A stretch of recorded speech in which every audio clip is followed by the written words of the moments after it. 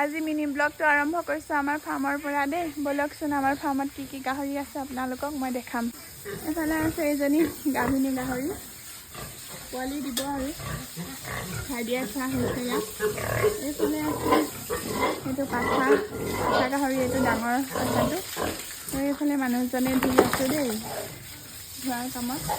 এইফালে এজনী কেইদিনমানৰ পিছত পোৱালি দিব আৰু দেই, পোৱালি দিব।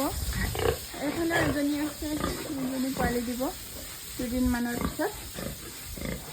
এইফালে গঁৰালত ৰাখিছোঁ আমি পোৱালি, নতুনকৈ পোৱালি ৰাখিছোঁ।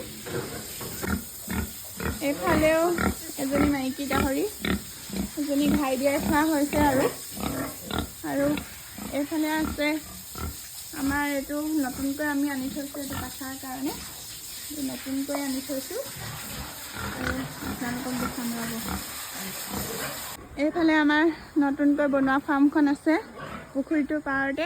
আৰু এইফালে আছিলে আমাৰ পুৰণা, মানে আগতে আমাৰ গাহৰিবোৰ ইয়াতে আছিলে, এতিয়া পুৰণা হৈ যোৱাৰ কাৰণে ইয়াৰ পৰা গাহৰি আকৌ সুমিয়াম বাৰু বনাই মেলি, ভালকৈ এইকেইটা বনাই থোৱা আছে বাৰু।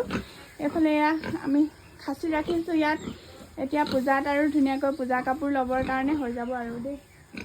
এয়া আৰু আমাৰ ফাৰ্মখন চাই লওক। এয়া আপোনালোকক আজি আমাৰ ফাৰ্মখন দেখালোঁ। সেয়া আৰু ইয়াৰ পৰাই আৰম্ভণি একদমেই তালৈকে, দেখিছেনে বাৰু?